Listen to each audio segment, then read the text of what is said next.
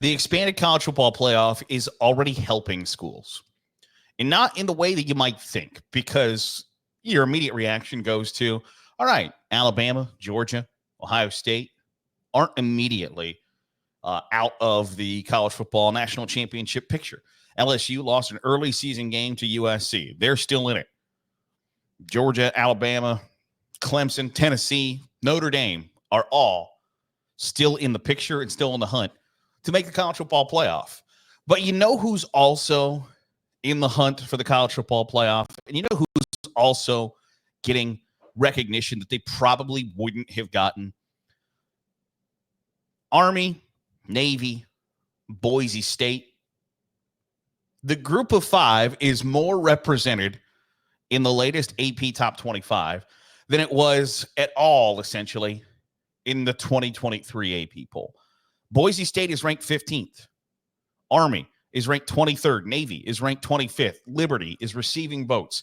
The group of five schools are receiving more recognition because of the guaranteed spot in the college football playoff. Because to keep that guaranteed spot, they're going to have to produce good teams year after year after year. And quote unquote big college football is going to participate in that because it helps ESPN, TNT Sports. It helps when the first matchup, the 12 versus 5 seed, isn't unranked Boise State versus Clemson. It's 14th ranked Boise State or 12th ranked Boise State. If you make it appear as if Boise State or Army or Navy or whoever secures that spot, and whoever does that is going to have a really high win total. They're going to have 10 or 11 wins or maybe 12, 13 wins. When you are already in the top 25, when you get to the top 25, it makes people pay attention more to your games during the regular season to begin with. Because when you have that number, when you're scrolling through the Score app or your ESPN app or whatever the case may be, when you are looking through what to watch and you see number 23 Army versus East Carolina, that catches your eye much more than Army versus East Carolina. It does. It's undeniable. You can't look through that and go, okay, Navy at Charlotte. Does that move the needle for you? No, probably not. But number 25 Navy at Charlotte, yeah, that's probably going to get you to pay a little bit more attention than if it just said Navy versus Charlotte or Boise State at UNLV on a Friday night. That do anything for you? Maybe. Number 15 Boise State with a potential Heisman Trophy candidate at running back at UNLV. That's going to grab your attention. And so you pay more attention to those teams, to those games, and more attention on those programs leads to more ideas and more eyeballs that go, you know what? These teams are not bad. These teams are pretty good. Could these teams be in the middle of the pack in the ACC or the Big 12? Yeah. Could they be in the top 5 of those conferences? Yeah, probably. That is an undeniable good thing for the group of 5. The idea that the football played in those conferences is still really high quality is a big win for them. Are they going to ever be viewed as the favorite to win their college football playoff game? No, probably not. And that's okay.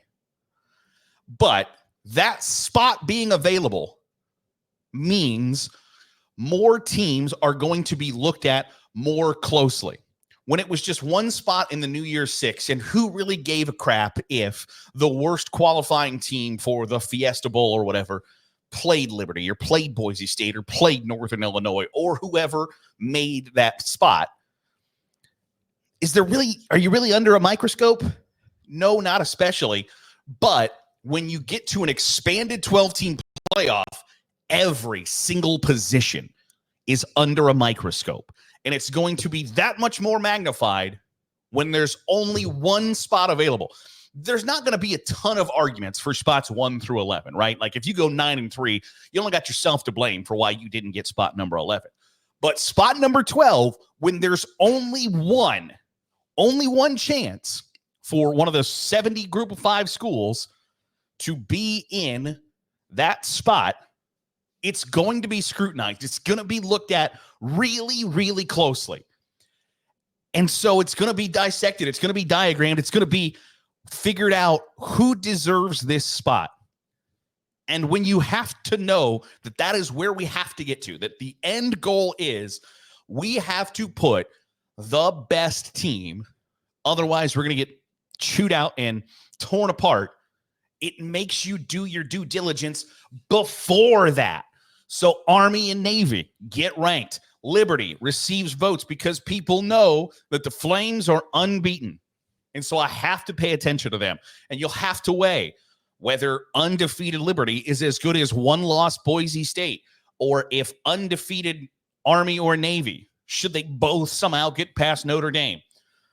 Who you're going to pick, who you're going to choose, what happens. There's this doomsday scenario where Army and Navy both beat Notre Dame. They both finish undefeated.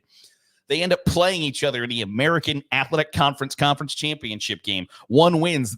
That team, the team that wins that conference championship, goes to the college football playoff. Then they play again the next Saturday, and the other team could potentially win. I don't think that's going to happen. I think there's a lot of what ifs in that scenario. But it makes you pay attention to Navy versus Charlotte and Army versus East Carolina, and lets you recognize that these are very good football teams who might not operate the same way and the same function and the same ideas that everybody else in college football operates. And that's the fun of it, is they do things drastically different, and they're still successful. That's what I love about college football. I hate the NFL when every game ends 27-24 because somebody scored too quickly with 1 minute and 10 seconds to go, and the other team goes 33 yards in 2 plays with no timeouts. Their kicker kicks a 56-yard field goal. Everybody runs the same offense. Damn near every game ends the same, outside of the Lions trying to get their linemen to score like 6 touchdowns. But college football, there's so many different offenses. There's so many different ways to function and ways to operate and ways to be successful. And you see it on display right now. And it's what makes the sport great. It's what makes Army and Navy being in the top 25 and Boise State being ranked 1 spot behind Texas A&M and 1 spot ahead of 6-win Indiana. It's what makes the sport fun. But having extra eyeballs on people outside of the Blue Bloods, outside of the teams that we know and teams that draw eyeballs, that forces you to watch Army and Navy and Boise State and Liberty and UNLV. That's the fun of it.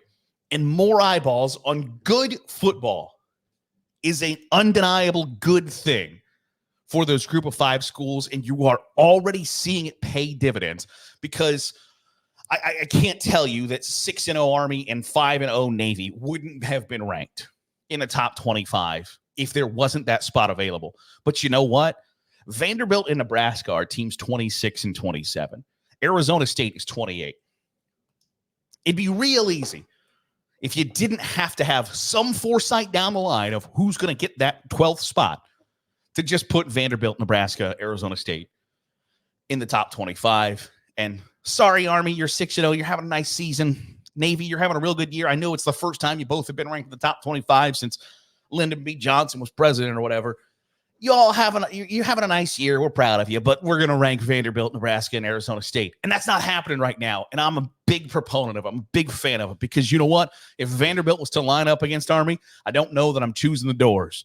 If Nebraska was going to play Navy, is it a slam dunk that you're picking the Cornhuskers? I don't know. But you know what? If you're 6-0, you're 5-0, you deserve to be ranked, especially if you're a service academy.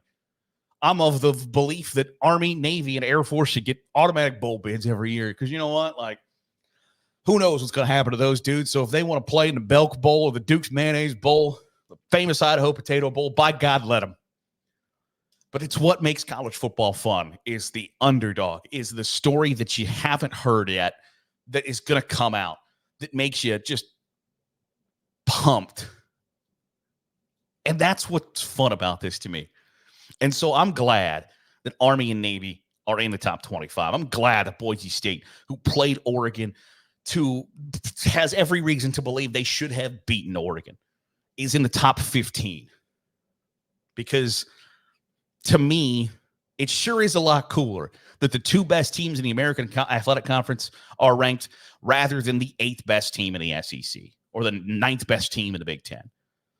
It's a whole hell of a lot cooler to me that way than the alternative. That'll do it for today's episode of the Daily Huddle. Appreciate you making us a part of your day, however it is, wherever it is you're doing so. Let me know in the comments below who you think is going to be the Group of 5 representative. Is it Boise State? Is it Army? Is it Navy? Is it Liberty? Is it somebody we're not talking about yet? Let me know in the comments down below. If you're watching on YouTube, hit the subscribe button. Make sure you're getting all the great college football content we're pumping out. If you're listening on the podcast feed, drop a 5-star review. It goes a long way in helping out the channel. I'll see you tomorrow for another episode of the Daily Huddle.